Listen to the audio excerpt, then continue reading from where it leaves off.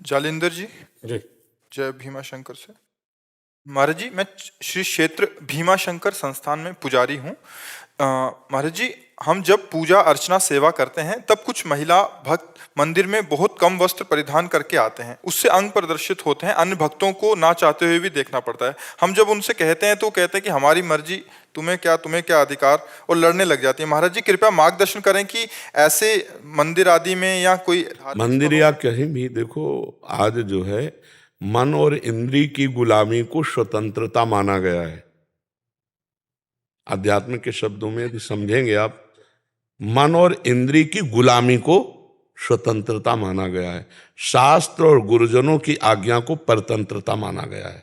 इसीलिए प्रभाव नहीं पड़ सकता, क्योंकि भवानी शंकरो वंदे श्रद्धा विश्वास रूपिणो याभ्याम बिना न पश्यन्ति सिद्धा स्वांता स्तमीश्वरम। श्रद्धावान लभते ज्ञानम। जब श्रद्धा ही नहीं है संत और शास्त्र के वचनों में, तो मन मानी आचरण स्वाभाविक है। अब हमको अपने को बचाना है। यदि मेरी बहन हो तो क्या अपने बहन के अंगों को देखकर मुझे काम आएगा क्या? मेरी बहन बीमार हो, मेरे ही समान और कोई सेवा करने वाला ना हो, यदि मैं उसे शौचाऊं, यदि उसको वस्त्र पहनाऊं, तो क्या काम आ जाएगा क्या? तो मैं अपनी दृष्टि को पावन करूं। अब समाज को पावन करने की सामर्थ्य भगवान में है, या भगवान जिन संतों की वाणी से करवा दें तो है, नहीं तो असंभव सा है, क्योंकि मनमानी आचरणों का बड़ा मनोरंजन चल रहा है। शास्त्र आज्ञा का पालन करना कहीं रह नहीं गया है। अब हम बार बार उसी प्रसंग को फिर सामने लाते हैं। एक बच्चा कई बच्चियों से बॉयफ्रेंड गर्लफ्रेंड का संबंध रखते हैं, बच्चियां, और ब्रेकअप करते हैं। फिर अगले, फिर इसे क्या कहते हैं हमारी शास्त्रीय भाषा में? व्यभिचार। और व्यभिचारी पुरुष और व्यभिचारी स्त्री को किस भाव से देखा जाता है शास्त्र की दृष्टि में? तो संयम तो खो चुके, संयम खो चुके, पवित्रता खो चुके।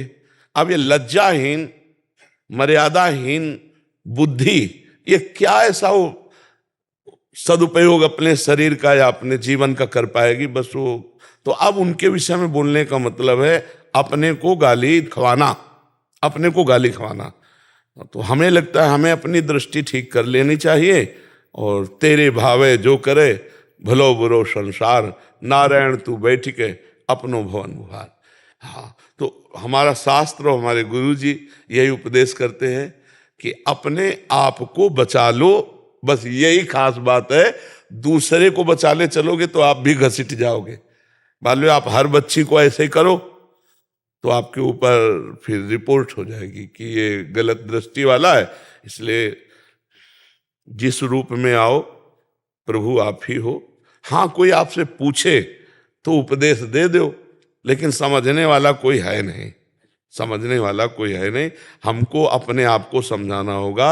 आज का समाज, ये सब नौजवान भाई समझ रहे हैं ना, हम इनके चरणों में प्रणाम करते हैं कि भैया आप हमारे ऊपर कृपा करके सुनने आए हो और थोड़ा आचरण बदल रहे हो। मतलब बहुत बड़ा एहसान हम आपका मान रहे कि आप अपने आचरण सुधार रहे, आप साधु संग कर रहे, आप साधु के वचन सुन रहे। नहीं, कलिकाल है भाई, बहुत विचित्र कलिकाल है। ये तो पता नहीं कौन सी लहर चली है कि संतों के प्रति श्रद्धा हो गई। तो इसलिए अपने को सुधारा जाए, समाज को सुधारने की। नहीं, मैं अपने की बात नहीं कर रहा था। हम जब सेवा करते हैं वहाँ पे, तो काम करते वक्त जब लोग आते हैं तो लोग हमें ही बोलते हैं कि पंडित जी, हम पंडित जी है, तो बोले पंडित जी आप ही उनको कोई मार्गदर्शन दीजिए, आप बोल दीजिए। हमने बोर्ड भी लगा रखे हैं लेकिन सुनते कम है। नहीं सुनेंगे, आप कहोगे तो आपके ऊपर वचन और, हाँ वचन और हो सकता है कटुता का व्यवहार हो जाए। नहीं सुनेंगे आप। पहला हमारा उत्तर था, मन और इंद्रियों की गुलामी को स्वतंत्रता समझा जाता है, शास्त्र और संतों की वाणी के अधीन चलना परतंत्रता समझा जाता है। कैसे समझ में आएगी आप बता? तो इस विषय में हमें लगता है कि मौन होना ही उचित रहेगा। कोई प्रश्न करे तो उसका उत्तर दिया जा सकता है कि महाराज जी हम लोग ऐसे वस्त्र पहनते हैं, क्या ठीक है? तो फिर बोल सकते हैं, क्योंकि वो जानना चाहते हैं। और ऐसे आप बोलोगे तो फिर बहुत ही गलत हो जाएगा। बहुत ही गलत शब्द का प्रयोग हो सकता है, बहुत ही गलत शब्द का प्रयोग, हाँ, संसार का बहुत विचित्र स्वरूप है, नहीं प्रयोग हो सकता। वो आपको ही डांट लग सकती है बहुत। हाँ, इसलिए मौन अपने से कोई तब उत्तर देने का प्रणाली भी है ये, उपदेश देने की। जब तक प्रश्न ना करे तब तक उसको उपदेश न दे, नहीं वो उपदेश काम नहीं करेगा। प्रश्न करता दैन्य भाव से, आरत अधिकारी जब पावे गूढ़ो तत्व न साधु दुराए। और इस विषय की व्याख्या हम कर नहीं सकते, क्योंकि जब तक आप नहीं बदलना चाहेंगे, मतलब सामने वाला, तब तक ऐसे केवल फालतू बोलने से नहीं चलेगा। वो सामने सुधरना चाहे तो उसको हो सकता है। और नए बच्चे हैं, ये इतना ही मान लें कि गलत आचरण न करें और नशा न करें, इतना ही मान लें तो हम इनके चरण छूते हैं सब बच्चों के। हमारे भारत के ये भविष्य हैं, ये कोई गंदा व्यसन न करें और ये गंदे आचरणों से बच जाए, नहीं बहुत बड़ी हानि होती है। फिर ब्लैकमेल होने लगते हैं बच्चे, फिर अपने को कंट्रोल में ना करने के कारण वो अपने को मिटा देने की सोचने लगते हैं। नए नए बच्चे कई कारणों से अपने शरीर को त्यागने की बात, तो थोड़ा अध्यात्म सुने, नशा न करें, व्यभिचार प्रवृत्ति से बचें और अपने आप को भारत की सेवा में लगाने योग्य बनावें, समाज की सेवा में लगाने योग्य बनावें। इतना बहुत बड़ा उपकार हो जाएगा। और देखो जैसे जैसे कलयुग बढ़ेगा तो पापाचरण बढ़ेगा, पापाचरण बढ़ेगा तो कैसे बढ़ेगा, ऐसे बढ़ेगा। मम्मी पापा से बच्चे कैसे बात करते, तुम अपनी देखो यार, हम अपनी देख लेंगे, ऐसे हमने सुना है। मम्मी पापा से कह रहे हैं ऐसे, तो हमारे अपने बाप की नहीं मानते, हमारी बात कैसे मान लेंगे। हमारी मान रहे हैं, यही बात हम प्रणाम करते हैं भैया, बहुत प्रणाम करते हैं।